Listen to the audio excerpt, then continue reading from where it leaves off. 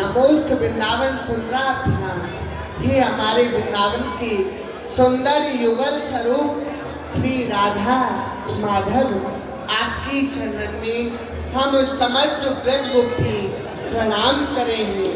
तत्पश्चात इतना निवेदन करे हैं, हे श्री प्रिया प्रीतम, आपके नित्य विहार को समय गयो है, सो आप कृपा करके नित्य राज मंडल में पधारो। अच्छो सखी, हे गोपी जन वल्लभी प्रियतमे, हे रास लीलो सखी, हे वृंदावन राज पट्टवंशी, हे निकुंजादपि, हे संगीत कलाद पूर्ण कुशली, हे नित्य रासेश्वरी, हे मत प्राण प्रिय प्रसन्न मनसा, रासोत्सवे गम्यता। मेरी प्यारी मोहना, मेरी चुटकी चोर, चलो पधारो रास में, श्री नटवर नंद किशोर पधारो प्यारे। प्यारे रास विलास को मोहि बड़ो उत्साह, चलो चले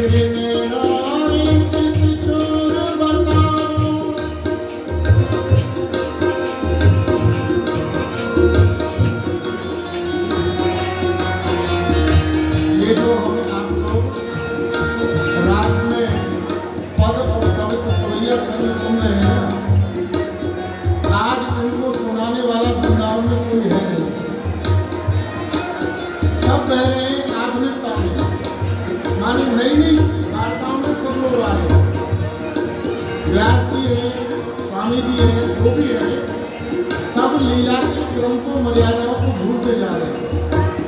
कि कैसे केवल नाचने पर, केवल नाच गान पर ही विशेष बुद्धि को लगा रखा है। और ये पद सूरदास जी के, नंददास जी के, ठीक स्वामी के, गोविंद स्वामी के, रसहर के, इन्हीं के पदों पर रासलीला होती है। इधर उधर के पदों पर लीला नहीं चलती है, लेकिन लोग चलाते हैं। इसीलिए भक्तों को आनंद नहीं दे पाते कि भाई जिन्होंने 20, 25, 30, 40 साल पहले रास देखा है, वो तो रास को रास की दृष्टि से देखेंगे ना। तो ये पद ठाकुर जी की कृपा से है, गुरु महाराज के आशीर्वाद से चल रही है परंपरा। 5 कर्मेंद्रिया, 5 ज्ञानेंद्रिया। हमारी ये जो आंखें हैं, ये कर्मेंद्रियों में आती हैं। आज सुना होगा श्रीमद् भागवत में वर्णन आता है 5 कर्मेंद्रियों का, 5 ज्ञानेंद्रियों का, 10 कर्मेंद्रिया। सबसे महत्वपूर्ण इंद्रिय है कान। इसी से दोष बनता है, इसी से धर्म बनता है। सुनिए इस पद के माध्यम से।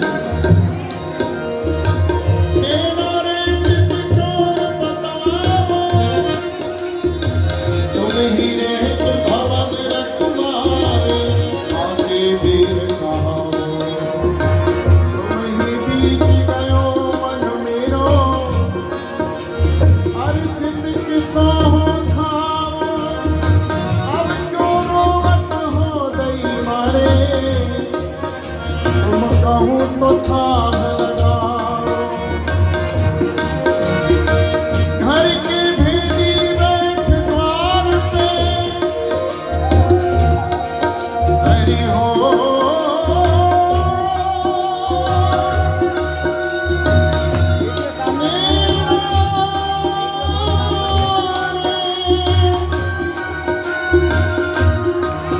तुम घर के भेदी बैठ द्वार पे, जिनमें घर लुटवाओ। अरे नारायण कोई वस्तु न चाहिए, लेने हार बिखराओ। श्री कुमार राधिका, श्री कुमार राधिका, मोर कुटी आई।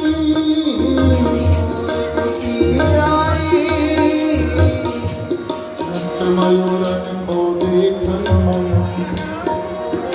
उत्कंठा छाए। हरी सखियो, कहिए श्री लाडली। मेरे मन में एक नवीन उत्कंठा उदय हुई है। आज तुम्हारे मन में ऐसी कहा नवीन उत्कंठा उदय हुई है, तो कृपा करके हम ब्रजगोपिन को बताओ। मोर कुटी पे मोरन की दर्शन करने चलो। पधारो श्री श्यामा जी।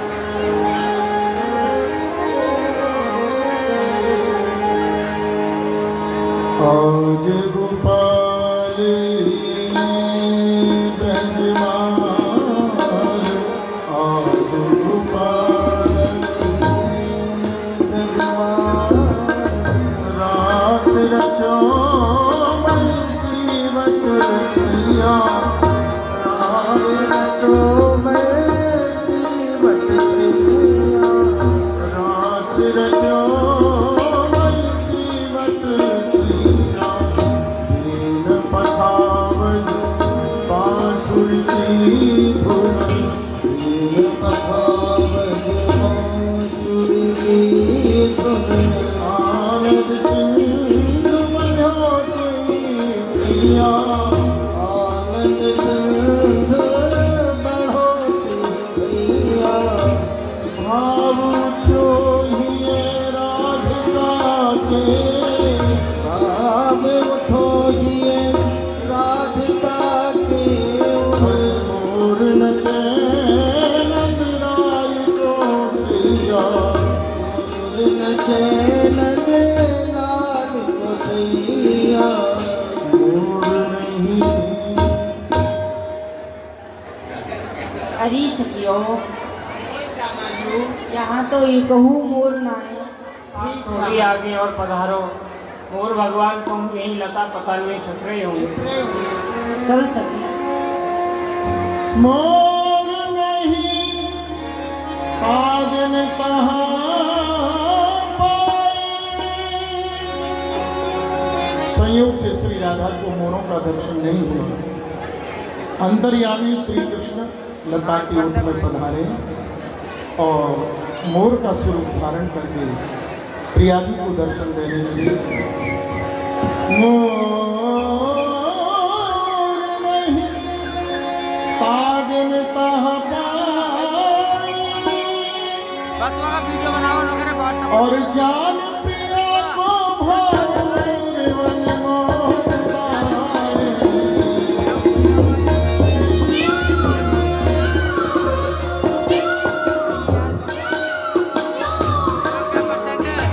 जान प्रिया को भाव मोरवन मोहन पाए। जान प्रिया को भाव मोरवन मोहन पाए। गाना मोर बन आयो मोर बन आयो मोर बन आयो मोर बन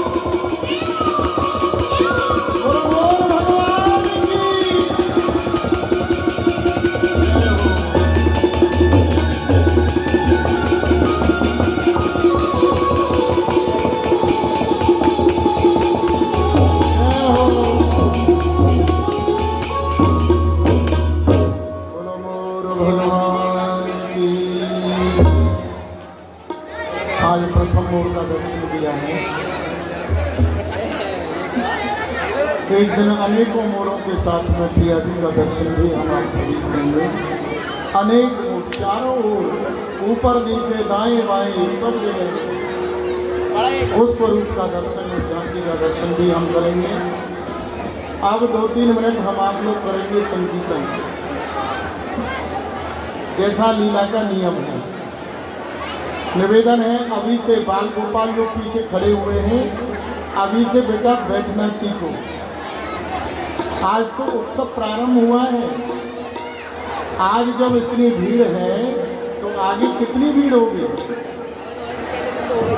पहले दिन ही जब इतने जन समूह है आप सबका हमारा, तो आगे कितनी होगी। इसलिए अभी से बैठने की चेष्टा कीजिए। और निवेदन, जो भाई लोग माता बहनों की ओर खड़े हैं या जा रहे हैं या डोल रहे हैं, वो बिल्कुल खड़े नहीं हैं।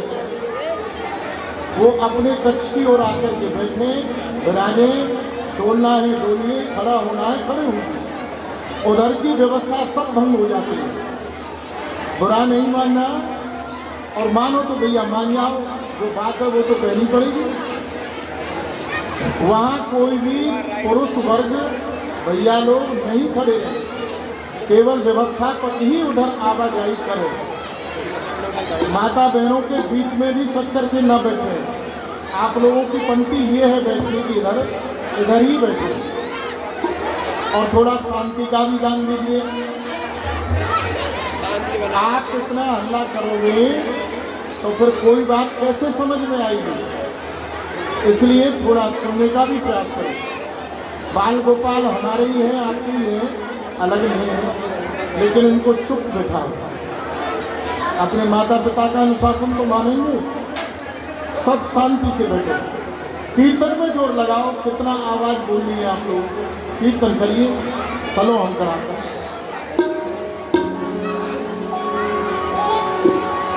गोविंद जय जय गोपाल जय जय, गोविंद जय जय गोपाल जय जय, गोविंद जय जय गोपाल जय जय, गोविंद जय जय गोपाल जय जय।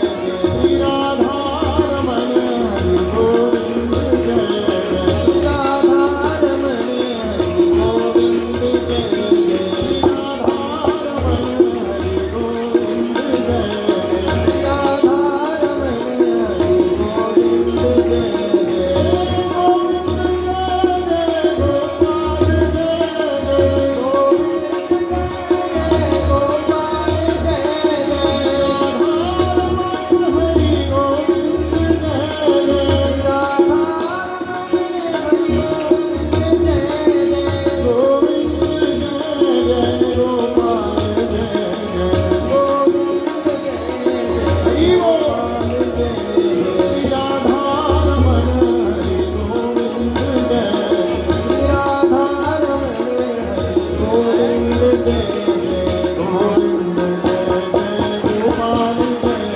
गोविंद जय जय गोपाल जय जय, राधा रमण हरि गोविंद जय जय, राधा रमण हरि गोविंद जय जय, गोविंद जय जय गोपाल जय जय, गोविंद जय जय गोपाल जय जय, राधा रमण हरि गोविंद जय जय, राधा रमण हरि गोविंद जय जय, गोविंद जय जय गोपाल जय जय, गोविंद जय जय गोपाल जय जय, राधा रमण हरि गोविंद जय जय, राधा रमण हरि गोविंद जय जय, गोविंद जय जय गोपाल जय जय, गोविंद जय जय गोपाल जय जय, राधा रमण हरि गोविंद जय जय, राधा रमण हरि गोविंद जय जय।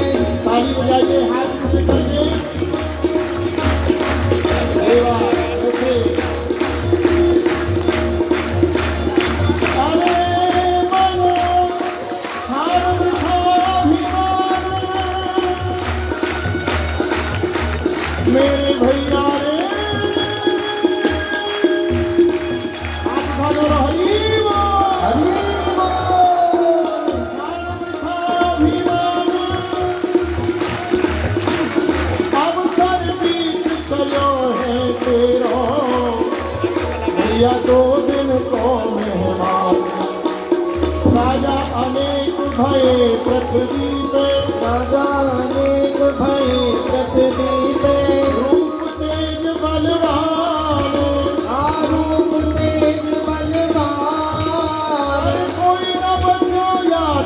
पाल बलि के मिट गए नाम निशान।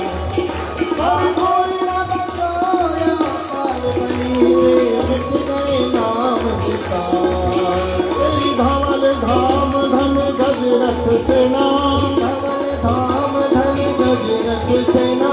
और पत्नी चंद्र समान, पत्नी चंद्र समान। अनेक दिना सब ही को तज के जाय बचो समसान।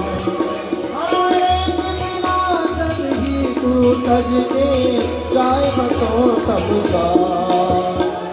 यारे हरि बोल, हर मन मूढ़ अनत दिन भजने,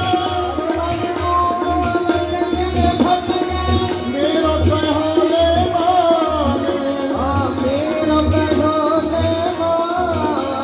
नारायण गजराज कुंवर से कर भी गई पहचान। कुंवर से कर बेगी पहचान। भज राधा राधा, भज राधा राधा राधा, राधा श्री राधा। राधे राधे, राधे राधे राधे राधे, राधे राधे राधे राधे, राधे राधे राधे राधे, राधे राधे राधे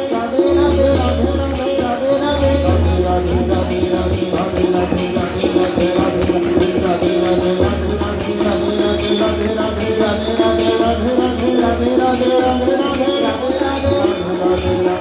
राधे राधे राधे राधे तीन बार ऊंची आवाज में जय जय श्री राधे, जैसे पहले बोलते थे ऐसे ही बोलो। जय जय श्री राधे, जय जय श्री राधे, जय जय श्री राधे। बोलो राधा रानी की, नंद के लाला की, हरि भगवान की। कीर्तन ऐसे किया करो। ये सब पहली बात है, सब ध्यान आ जाएंगी आपको 2-4 दिन में कैसे कीर्तन होता है। अब हम आप लोग लीला प्रसंग को थोड़ा सा समझ लें। यद्यपि मैंने सवेरे बोला था कुछ लीलाएं ऐसी हैं जो मेरी माता बहनों को याद हो गई हैं। यार कुछ लीलाएं भाई लोगों पर, हमारे को तो फुर्सत नहीं है, लेकिन माताओं का वही रहता है स्वभाव। कल हमने क्या देखा था वहाँ, तो वो बतराती रहती है, मनन स्मरण करती रहती है, तो वो याद हो जाती है। तो कई मेरी माँ बहन बेटियाँ यहाँ ऐसी हैं भाई, अब सूरत से तो हम पहचानती हैं कि ये पहले आती थी। देखो ये जो मैया बैठी है ना सामने, मैं इसको लगभग 25 साल से बांध पर देख रहा हूँ आती हुई। 25 साल। दादाजी के समय भी आती थी, और बीच में मैं 4 साल पहले आया तब भी थी, और आज भी सामने। तो बस पहचान तो हो ही जाती है। इसलिए बहुत सी मेरी माँ बहन बेटियाँ लीलाओं को गुनगुनाती है तो याद हो जाती है। ये आश्चर्य की बात नहीं है, आप भी गुनगुनाइए तो आपको भी याद होगा। आज श्री कृष्ण का प्रागट्य महोत्सव हम आप लोग दर्शन कर रहे हैं, लेकिन किस ग्रंथ से? श्रीमद् भागवत से। नाटक शैली नहीं, नौटंकी नहीं, श्रीमद् भागवत। 10वें स्कंद में सबसे प्रथम श्लोक है, कथितोपि वंश विस्तारो भवतास्म सूर्ययो। इससे लेकर के नाम संकीर्तन यस्य सर्व पाप प्रणाशनम, यहाँ तक बाल कृष्ण की लीलाओं का वर्णन किया है। तो यहीं से प्रसंग हम आप लोग प्रारंभ करते हैं। आइए दर्शन करें। श्री गुरु श्री गोविंद पद मंगल हित धर ध्यान, मंगल श्री गजराज धर जो पाहु सन्मान। भक्ति भक्त भगवंत गुरु चतुर नाम बपुएक, इनके पद वंदन के दासत भेजने।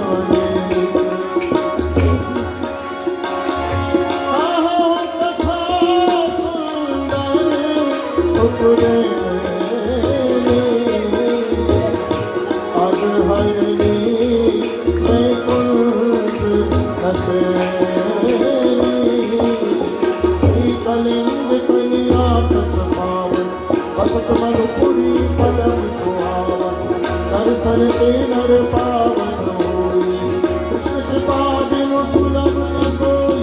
उग्रसेन कहा बसई नरेसा, नीत निपुण से धार सुरेसा। ताको सुवन कई से अति पापी,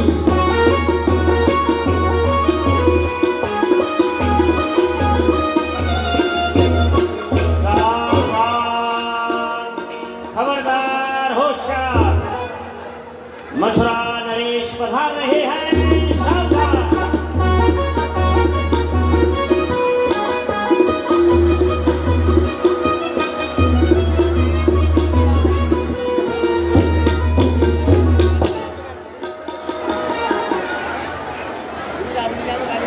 बम महादेव, बम विश्वनाथ, शिवराज। जी महाराज। वाह वाह वाह।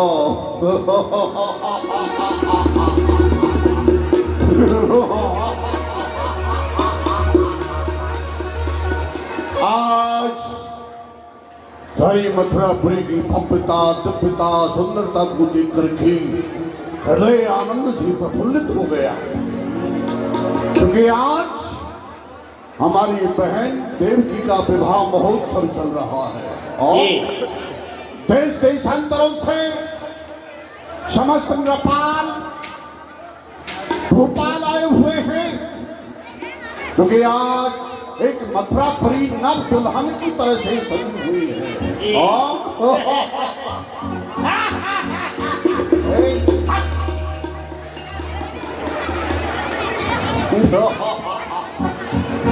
अच्छा ये बताओ, हमने अपनी बहन देवकी का विवाह सूरसेन जी के पुत्र पटेश्वर निवासी वसुदेव जी के साथ निश्चित किया और उनके साथ जो भी यहाँ बाराती आए हुए हैं, सगे संबंधी आए हुए हैं, हम जानना चाहते हैं उनकी व्यवस्था में कोई अव्यवस्था तो नहीं? नहीं, सारी व्यवस्थाएं सुचारू रूप से चल रही है। किसी बाराती को किसी प्रकार का कष्ट नहीं है। हमने ऐसा किया है बारातियों के लिए व्यवस्था में, हमने एक कुआं खुदवाया और कुआं खुदवा करके उसमें पानी छुड़वाया, पानी छुड़वा के शक्कर डलवाया, शक्कर डलवा करके नींबू निचुड़वा दिया है। अब बारातियों से कह दिया है कि भाई बाल्टी ले आओ अपने घर से और खेचो पियो, खेचो पियो।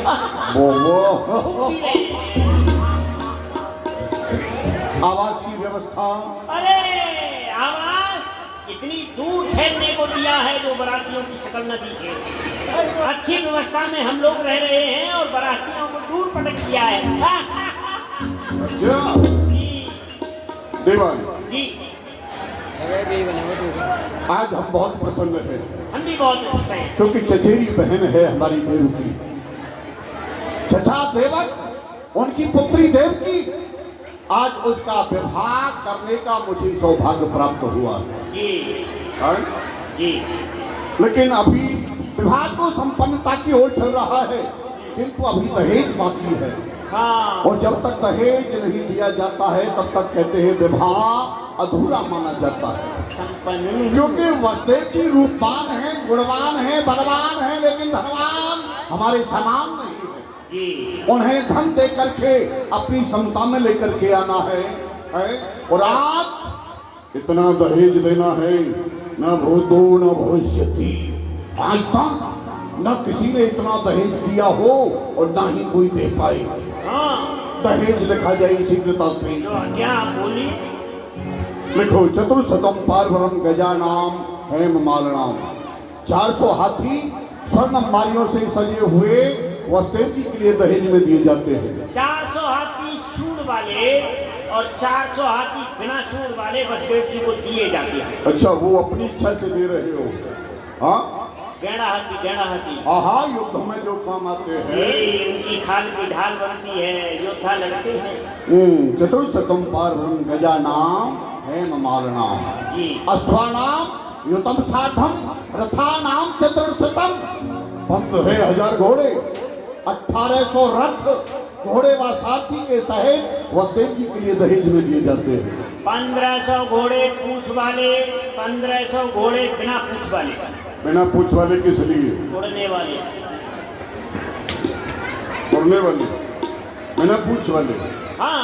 अच्छा, और दासी नाम सकमारी नाम, सुंदर सुंदर दासी बहन देवकी की सेवा के लिए सकमारी नाम सुंदर, मानो तो कोई देखे कि हाँ ये कोई देव कन्याओं में से है। दासी नाम सकमारी नाम वह सतई सम्मिलित 200 दास वसुदेव जी की सेवा के लिए और 200 दासियां बहन देवकी की सेवा के लिए। 200 दास वसुदेव जी के लिए, 200 दासियां देवकी के लिए, 200 घास इनके लिए, 200 घासी हमारे लिए। घास घासी, ये क्या है घास घासी? आप इतना हाथी दे रहे हैं, घोड़ा दे रहे हैं, इनकी घास कौन खोदेगा? है आप खोदेंगे? वो भी सारी व्यवस्था यहीं से होगी क्या? अरे अब तो हम यहीं से करेंगे पूरी व्यवस्था, अब हमको कहीं नहीं जाना।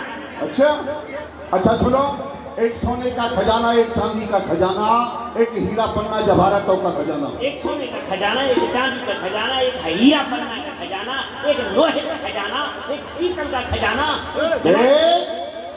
ये लोहा पीतल ये अशुभ होता है विवाह में। अरे अशुभ कैसे होता है? शस्त्र बनते हैं, तलवार बनती है, भाले बनते हैं, हाँ, और पीतल से बड़े बड़े सुंदर वो बनते हैं, क्या बोलते हैं, त्रिशूल है, मल्लम है, फरसा है। अच्छा कोई बात नहीं, ठीक है, जो तुम्हारी इच्छा है और बढ़ा चढ़ा कर दो, इसमें हमारा ही तो नाम है ना।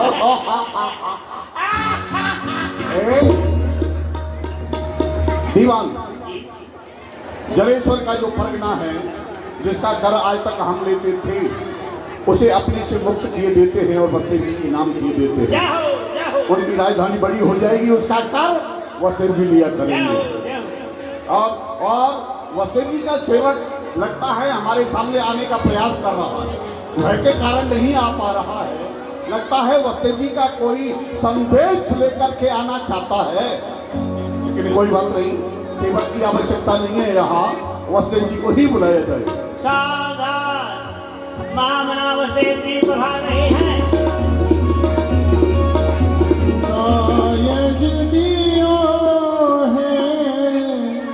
अनेक विधान, बहुत सुंदर जोड़ी मिली है, बहुत सुंदर जोड़ी मिली है, यमराज और धर्मराज की।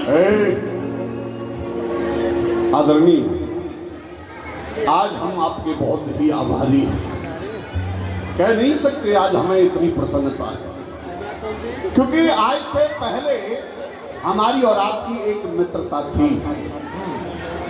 क्योंकि जब हम आपके ही यहाँ रहते थे बटेश्वर राजधानी में, एक ही साथ दोनों शिक्षा ग्रहण करते थे, आपस में हम मित्र थे।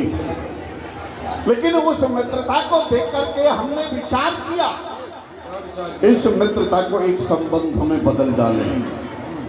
वैसे आपके विवाह मथुरा से पहले और भी हो चुके हैं, लेकिन हमने विचार किया अपनी बहन का विवाह आपके साथ संपन्न किया जाए।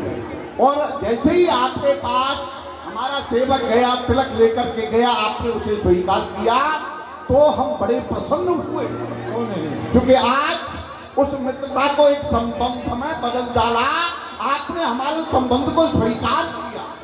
लेकिन आदरणीय, हम ये जानना चाहते हैं, वैसे आप हमारे यहाँ तो पहली बार आए हैं, आपको हमारी इस मथुरापुरी में हमारे द्वारा या हमारे सेवकों के द्वारा कोई कष्ट तो नहीं हुआ? आपकी व्यवस्था में कोई अव्यवस्था तो नहीं, कोई त्रुटि तो नहीं? युवराज कंस, जो आपने और आपके मथुरा वासियों ने हमारा स्वागत सम्मान किया है, उसका हम वर्णन नहीं कर सकते। पंत आपसे इतना निवेदन अवश्य करते हैं। आप तो देखिए, निवेदन नहीं, आप आज्ञा कीजिए, सेवक तत्पर खड़ा हुआ है आज्ञा पालन करने के लिए। निवेदन यही है कि अपने राज्य के लिए हम अब जाना चाहते हैं। क्या खाना चाहते हैं?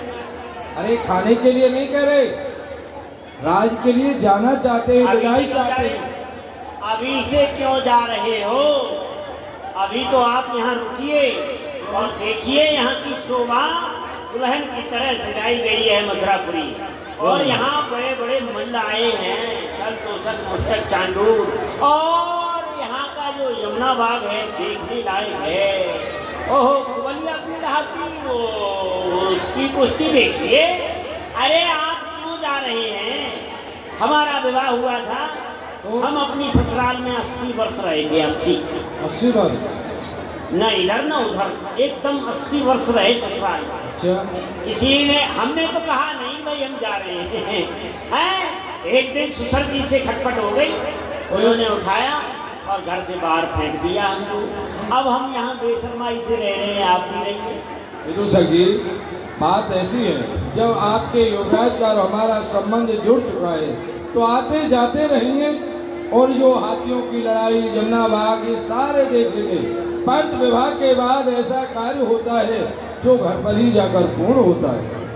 आदरणीय, मैं समझ रहा हूँ। प्रथम बात तो ये, मुझे कुछ ऐसा लग रहा है आपकी व्यवस्था में कोई अव्यवस्था हुई है, आपकी सेवा में कोई हमसे त्रुटि हुई है, इस कारण से आप जाने के लिए बोल रहे हैं। फिर कोई बात नहीं, आप स्वतंत्र हैं, जा सकते हैं। अब तो संबंध जुड़ ही गया है, आना जाना होता रहेगा। लेकिन आपसे हमारी करबद्ध प्रार्थना है। क्या प्रार्थना है? वो प्रार्थना ये है कि मेरी बहन बेटी बड़ी भोली है और सकमार है। अगर उसकी ओर से कोई अपराध बनता है तो मैं क्षमा प्रार्थी हूँ, उसे क्षमा कर देना। द्वितीय बात, मुझ में और बहन देवकी में बड़ा ही स्नेह रहा है, एक दूसरे से कभी अलग नहीं हुए। आज मेरी बहन जब मुझे छोड़ करके अपनी ससुराल के लिए जाएगी, अपने नेत्रों से वो अस्त्रपात बहाएगी तो सहन नहीं कर पाऊंगा। मैंने विचार किया है, जैसे कि प्रतिदिन अपनी बहन को रथ में बिठा करके उसकी सहेलियों के साथ घुमाने के लिए ले जाया करता था, मेरी बहन बड़ी प्रसन्न होती थी। आज उसी प्रकार से आपको व बहन देवकी को भी रथ में बिठा करके उसकी सहेलियों के साथ विदा करने के लिए मैं चलना चाहता हूँ, जिससे कि मेरी बहन समझेगी कि प्रतिदिन की बात मेरा भाई मुझे घुमाने के लिए ले जा रहा है, तो वो अधिक रुदन नहीं करेगी। अगर ये सेवा का अवसर आप दें तो नहीं युवराज, ये तो बड़ी सुंदर बात है जो कि आप अपनी बहन के और मेरे रथवान बनकर के चलेंगे, ये तो बड़ी प्रसन्नता की बात है। आदरणीय, सौभाग्य तो मेरा है, चचेरी बहन है जिसका विवाह करने का सौभाग्य मुझे प्राप्त हो रहा है। और ऐसा कहते हैं, यूं तो वर कन्या की भामर किसके घर पड़ती नहीं। जिस घर में लड़की ने जन्म लिया हो और धीरे धीरे वह लड़की जब विवाह के योग्य होती है, धूमधाम से उस ग्रह को सजाया जाता है, मंगल गीत गाए जाते हैं, चौक पूरे जाते हैं, मंगलवार बांधे जाते हैं। आज वही यहाँ हो रहा है। यूं तो हर कन्या की भामर किसके घर पड़ती नहीं। कौन सी महल की वह चौखट जो मंगलवार से सजती नहीं। लेकिन आज मैं खुश हूँ।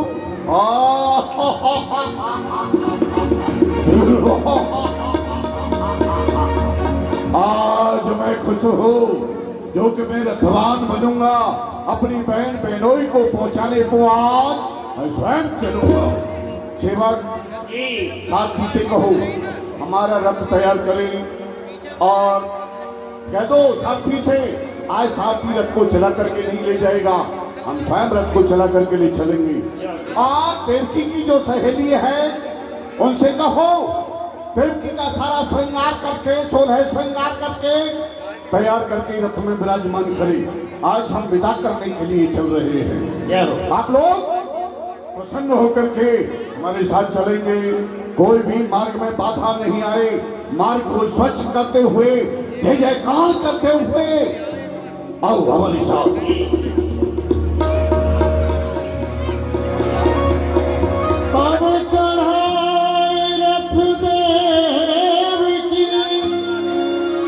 आप भयो रथवान, पहुँचावन तिहेत सो चलो सहित अभिमान। रथ में बहन को बिठाया और घोड़ों की लगाम अपने हाथ में ली। मथुरा से बटेश्वर के राजमार्ग पर घोड़े दौड़ने लगे, लेकिन संयोग से कुछ ही मार्ग तय कर पाए थे। आदरणीय, देख रहे हैं आप मथुरापुरी की ओर आज ये मथुरापुरी आज कितनी प्रसन्न है। सारे मथुरावासी आज अपनी पलकों को बिछा करके आपका सम्मान कर रहे हैं, क्योंकि आज सच है आकाश और वायु मंद है। मैं जिधर देखता हूँ उधर आनंद ही आनंद। तो अच्छा मंगल प्रस्थान किया जाए। तब चढ़ाए रथ देव की आप भयो रथवा, पहुँचावन रति हेत सो चलो सहित अभिमान। विशाल हो तो भई आकाश ते, हो कैस तेरा काल देवकी को सुतनाथ। सच्चिदानंद आकाशवाणी हो रही है। अरे ओ राजा कंस, तू इतना प्रसन्न होकर के कहाँ जा रहा है? आज ये पृथ्वी तेरे अत्याचारों से अपना रही है और क्षीर सागर में शयन करने वाले उन नारायण को समा रही है। ये कौन है? ये किसकी आवाज है? मंगलमयी बेला में अमंगलमयी आवाज कौन बोल रहा है? क्योंकि आज कोई कह रहा है ये पृथ्वी अखला रही है, कि सागर में शयन करने वाले उस नारायण को जगा रही है। भी कर नहीं सकता। वो नारायण मेरे घर में सोता है, मेरे घर से सदा वो लेकिन कौन है तू? तेरा साहस कैसे हुआ है? हुआ है आज जो मरे पत्थर से टकराकर बड़ा है कौन आज? जो मृत्यु के भंवर के बीच में आकर इस संसार में मुझसे भी बढ़कर कोई योद्धा है जो चलते हुए मार्ग में मेरे वाहन को रोका है। कौन है मेरे मार्ग को अवरुद्ध करने वाले? इसे बोल।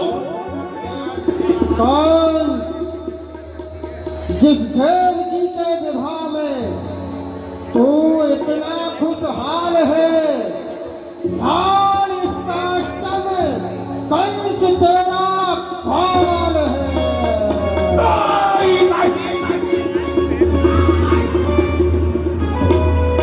कंसासुर सुनवता का भय उच्चकित मन में जो हुलासा। बेबानी मुझे संकेत कर रही है कि देव की का स्तंभलाल कंस तेरा काल नहीं हो सकता। जिस देवकी को मैंने कोई लाड़ प्यार से पाला, धूमधाम से मैंने जिसका विवाह रचाया और उत्साह के साथ जिसे मैं विदा करने के लिए जा रहा था, आज वो देवकी मेरे काल को जन्म देने वाली हो रही है।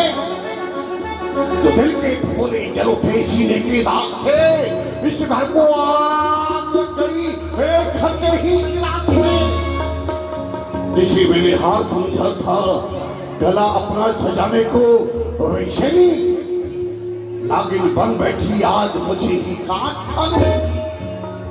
सब भयभीत रहने वाले वो देवता आज मुझे भयभीत करने का प्रयास कर रहे हैं। देवकी का स्तंभलाल मेरा काल बतलाते हैं तो ऐसा कहते हैं, न लोहा ही होगा बनेगी फिर छुरी क्यों कर, न होगा बांस तो बजेगी बांसुरी क्यों कर, उखाड़ को बढ़ेगी दाल फिर कैसे, न होगी देवकी तो होगा काल फिर कैसे। देवकी को ही समाप्त किए देता हूं, ना देवकी रहेगी ना मेरा काल उत्पन्न होगा।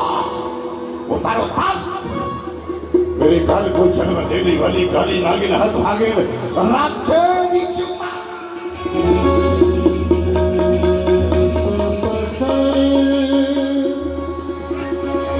देवकी गहनी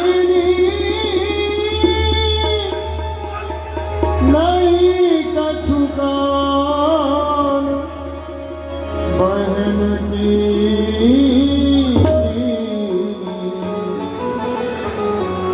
भैया भैया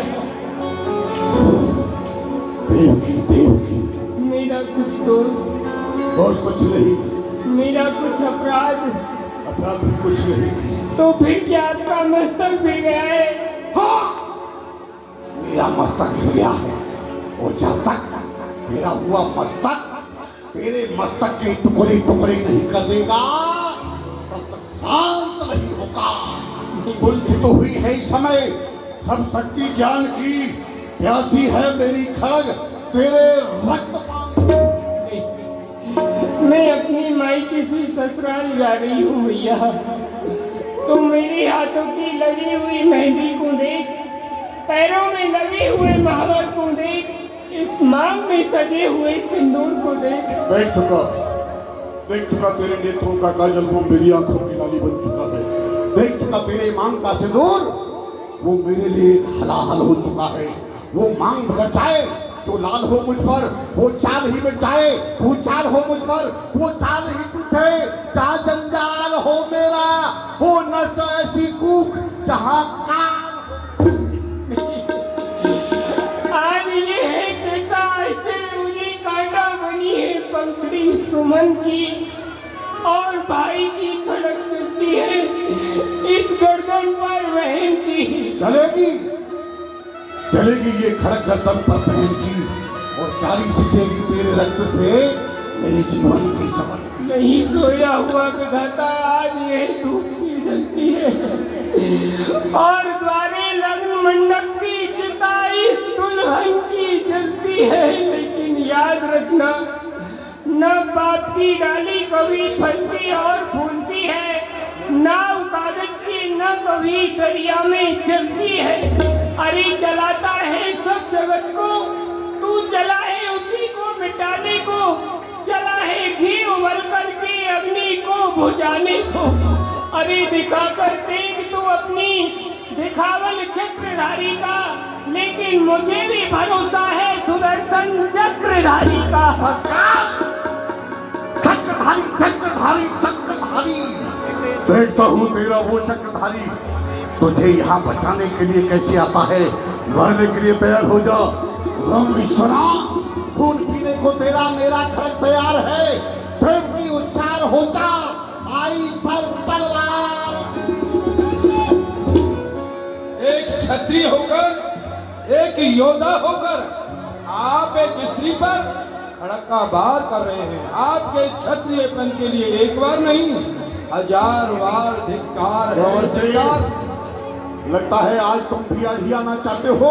नहीं श्रीमान, आप ही गलत रास्ते पर जाते हैं। वो किस तरह है? वो इस तरह है, नहीं है धर्म क्षत्रिय का जताए जोर अवला पर, नहीं है कर्म क्षत्रिय का दिखाए शास्त्र अवला पर।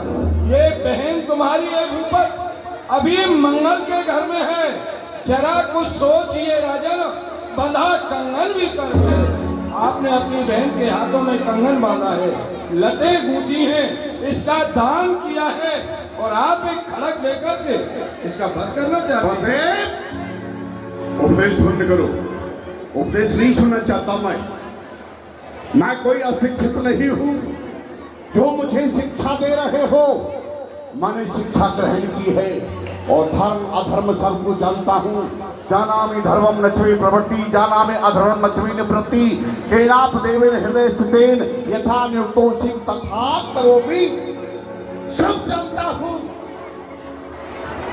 तो तुम देवकी को बचाने का प्रयास कर रहे हो, मैं ये भी भली प्रकार से जानता हूँ। वसुदेव चतुर्भुनीति में एक स्त्री के लिए ललचाते हो, जो मेरे प्राणों का दुश्मन है, उसको तुम दूध पिलाते। नहीं राजन, ये हाथ लोहू से खेलते हैं। किस लोहू से सानी है? एक स्त्री का खून बहाने में खुद में पानी पानी है। रोशन है मगर जुदा जुदा, भट्टी और धुनी का। अरे ये काम नहीं है छत्री का, ये काम है किसी धुनी का। बताया ना मैंने, उपदेश सुनना नहीं चाहता हूँ, सब जानता हूँ। और फिर अब मैं ये भी जान रहा हूँ तुम एक स्वार्थ के वशीभूत होकर के देवकी को बचाने का प्रयास कर रहे हो। तो देवकी का विवाह मैंने तुम्हारे साथ किया, लेकिन जानते हो तुमने कहा मांगलिक कंगन हाथों में बंधा है, वो मैंने बांधा है। इसकी लट मैंने बांधी है, इसकी चूड़ियां मैंने पहनाई है। लट बांधी थी तब, अब खोलूंगा, खींचूंगा और मरोड़ूंगा। नहीं जरूरत है आज इन चूड़ियों को। तो राजन, ये अत्याचार, पापाचार हम अपने नेत्रों से नहीं देख सकते। अत्याचार हो रहा है ये, तो विकल्प है इसके लिए। क्या? अगर ये अत्याचार नहीं देख सकते हो, या तो अपना मुंह मोड़ लो या फिर अपनी दोनों आंखें फोड़ लो। क्या कहा? हम अपनी आंखें फोड़ लें और मुख को मोड़ लें? अरे फोड़ लें आंखें तो प्रथा है संसार में। जन्म लेना था किसी कार्य पुरुष परिवार में, सूर्य की संगत कहकर किस तरह मुख मोड़ लें और सामने अन्याय हो और आंखें फोड़ लें। जवान संभालो राजन, आंखें न निकालो। वीर बजरंग, आगे बढ़ो, इन दोनों को बंदी बना लो।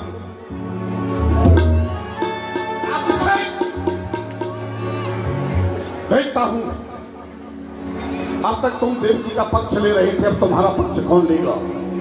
अब तक केवल एक देवकी की अर्थी यहां से उठने वाली थी, अब तुम दोनों की अर्थी यहां से उठेगी। देखता हूं तुम्हें बचाने के लिए कौन आता है। आज एक ही तलवार के वार में तुम दोनों का मस्तक धड़ से अलग किया जाएगा। तुम भी सुना, जय शिव, जय महाकाल।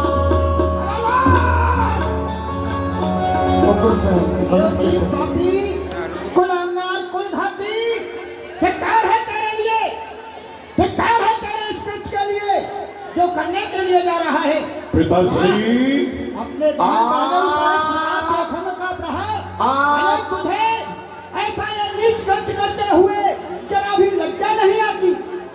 आप इस समय यहाँ क्यों चले आए? एक पुत्र अपने पिता से प्रश्न करता है कि आप यहाँ पर क्यों चले आए। अरे तू इन निरपराधियों का अपनी खंड से रक्त बहाए और मथुरा का महाराज उग्रसेन यहाँ पर आने भी ना पाए। जानता है क्या लगते हैं तेरे? अरे क्या रिश्ता तेरे से जुड़ा हुआ है? मैं कुछ नहीं जानता, आप जानते हैं तो अवगत करा दो। जानेगा कहाँ से? जानने वाली बुद्धि तेरी नाम ले चुकी है। कहा गया है कि विपरीत बुद्धि विनाश काले। जिस प्राणी का विनाश का समय आता है तो उसकी सर्वप्रथम बुद्धि ही विराम ले जाती है, नष्ट हो जाती है। वही हाल तेरा हो रहा है, तू इन्हें नहीं जानता है। अरे मैं बतलाता हूँ, ये तेरी बहन है और वे तेरा बहने हुए है। ये मेरा बैरी और ये मेरी बहन। चले जाइए, चले जाइए,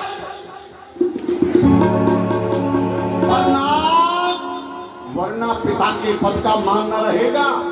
ये खड़ग आज किस पर चल जाए ये मुझे कोई ध्यान न रहेगा। रो नहीं, तुझे ध्यान नहीं रहेगा कि ये खंड किधर चल जाए, किस पर चल जाए। अरे मना कौन करता है? उठा अपने हाथ में खंड और काट डाल इस पिता का सर। धर्म भी तो यही कहता है कि पुत्र के सामने पिता का सर जाए तो जाए, परंतु पिता के होते हुए संतान पर आंच भी ना ले पाए। मुझे तुम्हारे धर्म की कोई परवाह नहीं। तुझे धर्म की कोई परवाह नहीं तो मुझे भी मरने की कोई चिंता नहीं। अब चाहे इस बूढ़े शरीर पर अरे चल जाए अनेक तलवार, परंतु हम अपने होते हुए नहीं होने देंगे ऐसा अत्याचार। क्योंकि हमारा तो ये बुढ़ापा आ रहा है, हमें तो मरना है। अरे सर पर नाच रहा है काल, परंतु पुत्री और दामाद का हम देख नहीं सकते ऐसा हाल। सुनो, अगर ऐसा हाल नहीं देख सकते तो फिर यहाँ क्यों आए?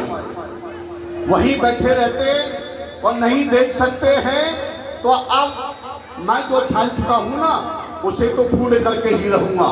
आज मुझे कोई रोकने वाला नहीं, क्योंकि आज भट्टा न लगने पाएगा हम वीरों की शान में। अब ये खर्च जा नहीं सकती अपने ज्ञान में। चले जाओ।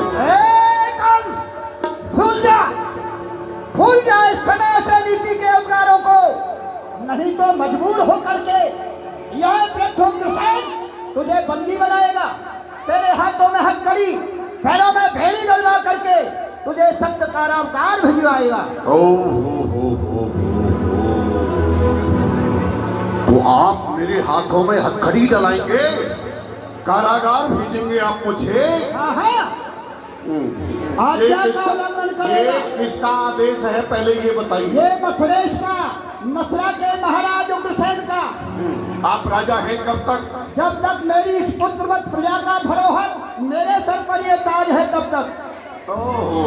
तब तक आप यहाँ के राजा हैं। हाँ, तब तक आप बड़बड़ा रहे हैं राज मुकुट को पहन करके। पिताश्री भूल जाइए, इस राज मुकुट को जो पहन लेता है वही राजा हो जाता है। अब आपने बहुत दिन पहन लिया, अब इसके अधिकारी आप नहीं हम है, इसे हम पहनेंगे। उतारो से। तू इसका अधिकारी नहीं हो सकता है, इसे भी नीतियों की आवश्यकता पड़ती है।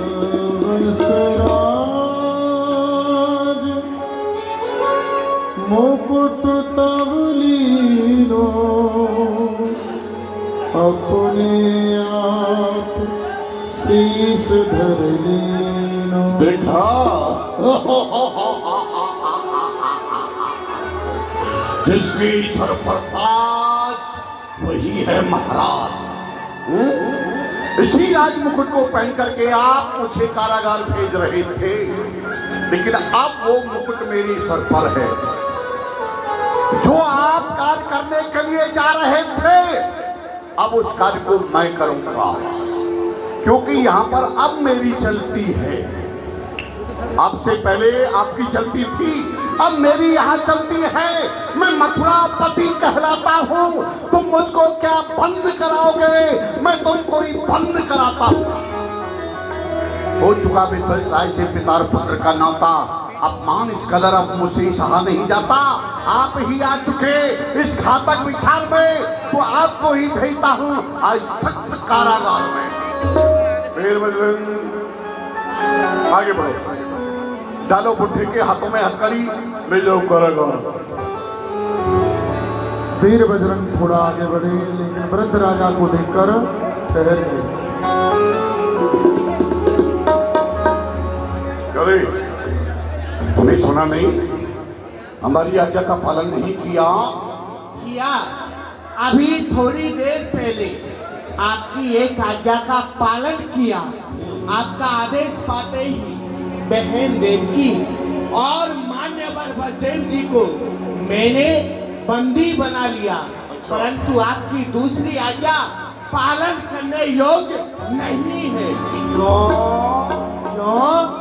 क्योंकि जिनकी कृपा से आज इतने से इतना बड़ा हुआ, जिनका की नमक है मेरे रग रग में भरा हुआ, कालू महाराज पर हाथ तो हाथ दोनों टूट जाए, दिखाऊं महाराज को आंख तो आंख दोनों फूट जाए। फिर तो तू बहुत बड़ा मूर्ख है, कायर है।